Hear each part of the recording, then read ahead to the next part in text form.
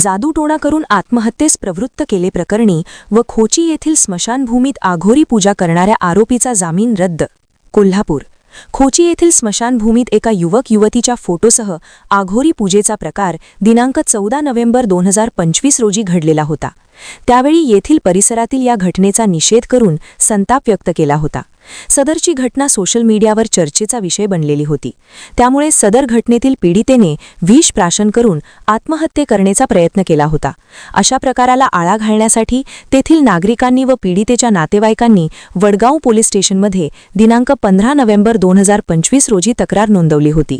सदर प्रकारात आरोपीने सोबतची व्यक्ती आपल्याशी मैत्री करावी व माझ्याशी लग्न करावे या हेतूने सदरचा प्रकार केल्याचे स्मशानभूमीतील पूजन केलेल्या फोटोवरून नागरिकांच्या व पीडित व्यक्तीच्या घरच्यांच्या निदर्शनास आले. सदरच्या प्रकाराने पीडित व्यक्तीला मोठा जब्बर मानसिक धक्का बसल्याने तिने विष प्राशन करून आत्महत्येचा प्रयत्न केला होता. त्यानंतर पीडितेला CPR हॉस्पिटल येथे उपचारासाठी दाखल केले होते. त्यावेळी पीडितेचा उपचार सुरू असताना 11 दिवसांनंतर उपचारादरम्यान मृत्यू झाला.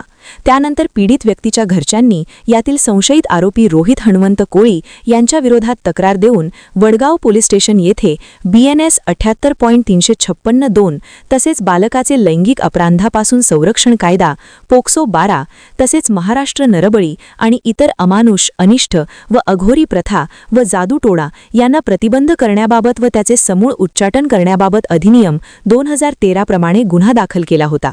सदर गुन्हा दाखल झाल्यानंतर पोलिसांनी आरोपीला अटक करून न्यायालयात हजर केले होते. त्यावेळी न्यायालयाने आरोपीला न्यायालयीन कोठडीत ठेवण्याचे आदेश दिले. आरोपीच्या जामिनासाठी सदर प्रकरणी आरोपीच्या वकिलांनी माननीय जिल्हा व सत्र न्यायालय कोल्हापूर यांचे न्यायालयात अर्ज केला होता. सदर अर्जाचे कामी आरोपीच्या वकिलांनी सदर रोहित हनुमंत कोळी हा घटनेच्या ठिकाणी राहणेच नाही, स्मशानभूमीतील आघोरी पूजा कोणी केले हे माहीत नाही, आरोपीचे व पीडितेचा कोणताही संबंध नाही, त्यामुळे आरोपीने पीडितेला आत्महत्येस प्रवृत्त केल्याचा कोणताही या कामी ठोस पुरावा नाही, त्यामुळे आरोपीला जामिनावर मुक्त करावे असा युक्तिवाद केला होता. मात्र त्यावेळी पीडितेचे वकील म्हणून ॲडव्होकेट प्रदीप माकणे यांनी न्यायालयासमोर असा युक्तिवाद केला होता की आरोपीने पीडितेला कोणकोणत्या पद्धतीने त्रास दिला, खोची येथील स्मशानभूमीत कशा प्रकारची आघोरी पूजा केली, आरोपीच्या कृत्यामुळे पीडितेला बसलेला जब्बर मानसिक धक्का आणि त्यामुळे पीडितेने केलेला आत्महत्येचा प्रयत्न. सदर घटना सोशल मीडियावर व्हायरल झालेले तंतोतंत पुरावे न्यायालयाला दाखवण्यात आले. तसेच सदरची घटना ही मनुष्याच्या सामाजिक जीवनाला हानी पोचवणारी आहे. अशा प्रकाराने समाजात चुकीचा संदेश जाण्यास मदत होईल. सदरचा गुन्हा हा गंभीर स्वरूपाचा असून सदर गुन्ह्यांची चर्चा संपूर्ण जिल्हाभरात झाली असल्याने यातील पीडितेला या प्रकारामुळे तसेच आरोपीच्या नाहक त्रासामुळे आपला जीव गमवावा लागलेला आहे.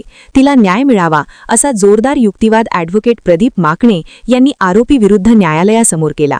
ॲडव्होकेट प्रदीप महादेव माकणे यांच्या युक्तिवादाला सहमती दर्शवून पीडितेची बाजू ग्राह्य मानून माननीय जिल्हा व सत्र न्यायाधीश कोल्हापूर यांनी आरोपीचा जामीन अर्ज नामंजूर केला.